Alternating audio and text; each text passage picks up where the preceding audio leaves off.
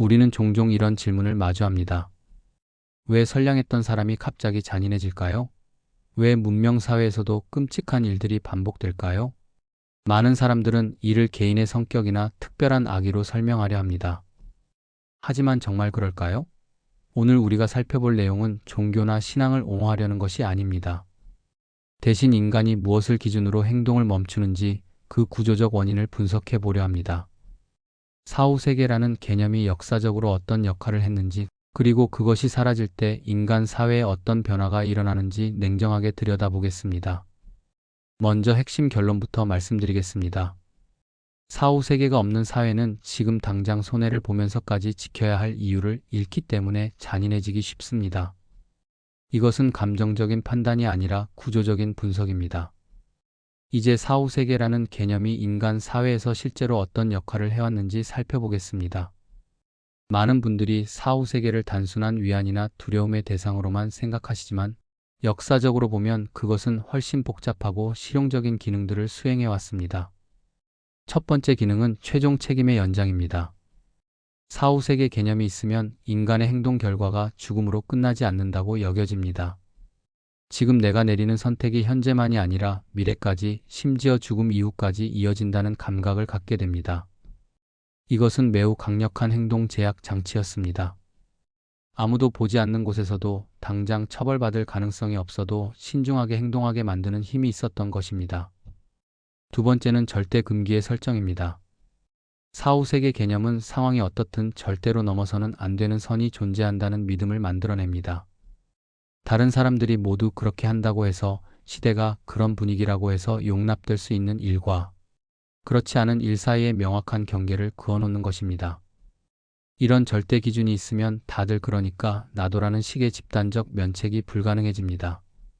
세 번째 기능은 약자 보호 장치입니다. 현실에서는 힘없는 자가 억울당하고 강자가 승리하는 경우가 많습니다. 하지만 사후세계 개념이 있으면 힘없는 사람도 최종적으로는 평가받는 존재가 됩니다. 지금 당장은 약하고 보잘것없어 보여도 궁극적으로는 동등한 가치를 지닌 존재라는 인식이 생기는 것입니다. 이것은 강자가 항상 이기는 구조를 견제하는 중요한 안전장치였습니다. 이 세 가지 기능이 모두 작동할 때 어떤 일이 일어날까요? 즉각적인 폭력의 유혹이 현저히 줄어듭니다. 당장 누군가를 해쳐서 이익을 얻을 수 있는 상황이라 해도 그 행동을 멈춰 세우는 강력한 내적 제동 장치가 작동하는 것입니다. 이것이 바로 사후세계 개념이 인간 문명에서 수행해온 가장 중요한 역할 중 하나였습니다. 이제 사후세계라는 개념이 사회에서 사라질 때 인간의 판단 구조가 어떻게 변화하는지 살펴보겠습니다. 이 변화는 점진적이지만 매우 근본적입니다. 사후세계가 없는 사회에서 인간의 판단은 점점 하나의 단순한 공식으로 수렴하게 됩니다. 그 공식은 바로 이익에서 위험을 뺀 값으로 행동 여부를 결정하는 것입니다. 이 계산 방식이 지배적이 되면서 우리가 전통적으로 중요하게 여겨온 가치들이 설 자리를 잃게 됩니다. 예를 들어 양심이라는 개념을 생각해 보겠습니다. 양심은 즉각적인 손익과는 무관하게 작동하는 내적 기준입니다. 하지만 죽음 이후의 책임이나 평가가 없다면 양심을 지키는 것이 합리적 선택이 될 수 없습니다. 마찬가지로 인간의 존엄성이나 미래의 도덕적 평가 같은 것들도 계산 공식에서 의미 있는 변수가 되지 못합니다. 그래서 질문의 성격 자체가 바뀝니다. 과거에는 이것이 옳은 일인가라고 물었다면 이제는 이 일로 인해 걸릴 가능성은 얼마나 될까? 내게 손해가 될까라고 묻게 됩니다. 도덕적 판단이 위험 관리의 문제로 전환되는 것입니다.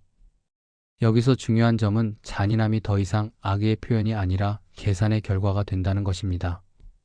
사람들이 갑자기 나빠져서가 아니라 판단 기준 자체가 바뀌었기 때문에 잔인한 선택을 하게 되는 것입니다. 그런데 왜 특히 위기 상황에서 이런 현상이 극명하게 드러날까요? 이를 이해하려면 평상시와 위기 상황의 차이를 살펴봐야 합니다. 평상시에는 사후세계 개념이 없어도 인간의 행동을 제어하는 여러 장치들이 작동합니다. 첫째는 법입니다. 법적 처벌의 위험이 있기 때문에 극단적인 행동을 자제하게 됩니다. 둘째는 사회적 관습입니다. 오랫동안 형성된 관습과 전통이 일종의 행동 지침 역할을 합니다. 셋째는 여론입니다. 다른 사람들의 시선과 평가가 강력한 제약 요인이 됩니다. 하지만 위기 상황에서는 이 모든 제어 장치들이 약화되거나 아예 작동을 멈춥니다. 법은 위급한 상황을 따라가지 못합니다. 법적 절차는 시간이 걸리고 긴급한 상황에서는 법보다 생존이 우선시됩니다. 관습도 마찬가지입니다. 평상시에 지켜오던 예의나 도덕적 규범들이 생존이 위협받는 순간에는 무력해집니다. 여론 역시 공포와 불안으로 인해 합리적 판단력을 잃게 됩니다. 이때 남는 것은 오직 하나뿐입니다. 지금 살아남기 위해서 무엇을 버릴 것인가라는 극단적인 선택의 순간입니다. 사후 세계에 대한 감각이 없는 사회에서는 이 순간 버릴 대상에 타인의 인간성이 자연스럽게 포함됩니다.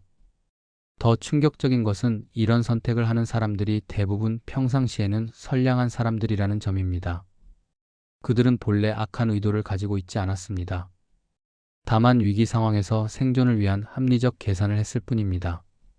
사후 세계라는 절대적 기준이 없는 상황에서는 이런 계산이 논리적으로 정당해지기 때문입니다.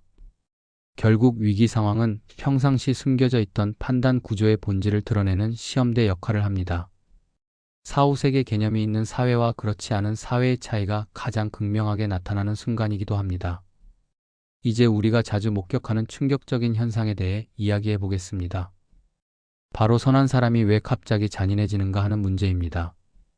역사를 돌아보면 끔찍한 폭력의 가해자들이 재판정에서 하는 말에는 놀라운 공통점이 있습니다. 어쩔 수 없었습니다. 다른 선택이 없었습니다라는 변명입니다. 많은 사람들은 이를 단순한 책임 회피로 여기지만 사실 여기에는 더 깊은 구조적 진실이 숨어 있습니다. 사후 세계가 없는 사회에서는 이런 말이 실제로 논리적으로 맞아지기 때문입니다. 왜 그럴까요? 지금의 생존과 이익이 유일한 평가 기준이 되었기 때문입니다. 죽음 이후의 책임이나 영원한 양심의 고통 같은 것들이 존재하지 않는다면 현재 상황에서 가장 유리한 선택을 하는 것이 가장 합리적인 행동이 됩니다. 예를 들어보겠습니다. 전쟁터에서 적군 포로를 처리해야 하는 상황을 생각해 보십시오. 포로를 살려두면 자신과 동료들의 안전이 위험해질 수 있습니다. 사후 세계에 대한 믿음이 있다면 살인은 절대해서는 안 되는 일이라는 절대적 기준이 작동합니다. 하지만 그런 기준이 없다면 순전히 손익 계산의 문제가 됩니다. 위험을 줄이기 위해 포로를 제거하는 것이 합리적 선택이 되어버리는 것입니다. 여기서 중요한 깨달음은 잔인함이 성격의 문제가 아니라 세계관의 산물이라는 점입니다. 같은 사람이라도 어떤 세계관을 가지고 있느냐에 따라 완전히 다른 선택을 할 수 있습니다. 선량한 성격의 사람도 사후 세계 개념이 없는 환경에서는 냉혹한 계산에 따라 행동하게 될 수 있는 것입니다. 이런 현상은 특히 전체주의나 극단 상황에서 반복적으로 나타나는 패턴을 보입니다. 역사를 통해 관찰할 수 있는 이 패턴은 5단계로 진행됩니다. 첫 번째 단계는 초월적 기준의 제거입니다. 종교나 전통적 도덕 같은 절대적 가치들을 미신이나 구시대의 유물로 치부하며 제거합니다. 이때 과학적, 합리적이라는 명목이 자주 사용됩니다. 두 번째는 죽음 이후 책임의 부정입니다. 인간은 죽으면 그것으로 모든 것이 끝이라고 선언합니다.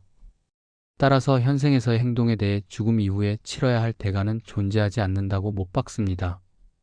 세 번째 단계에서는 오직 현재의 충성과 성과만을 강조합니다. 국가나 당 혹은 특정 이념에 대한 현재의 기여도만이 인간 가치의 유일한 척도가 됩니다. 과거의 공로나 미래의 가능성, 인간 자체의 존엄성은 고려 대상이 아닙니다. 네 번째는 약자 희생의 정당화입니다. 현재의 목표 달성을 위해서라면 약자의 희생은 불가피하고 심지어 숭고한 것으로 포장됩니다. 전체의 이익을 위한 개인의 희생이라는 논리가 동원됩니다. 마지막 5번째 단계에서는 폭력이 일상화됩니다.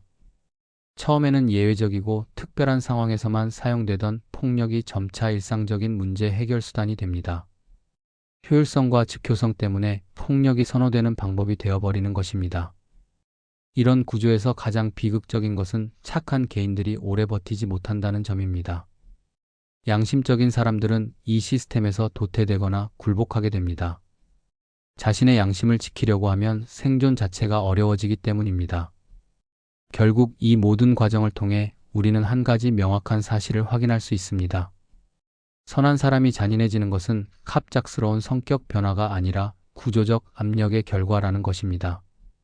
사후세계라는 절대적 기준이 사라진 환경에서는 가장 선량한 사람도 생존을 위한 계산에 따라 행동하게 되며 그 계산의 결과가 때로는 끔찍할 수 있다는 것입니다.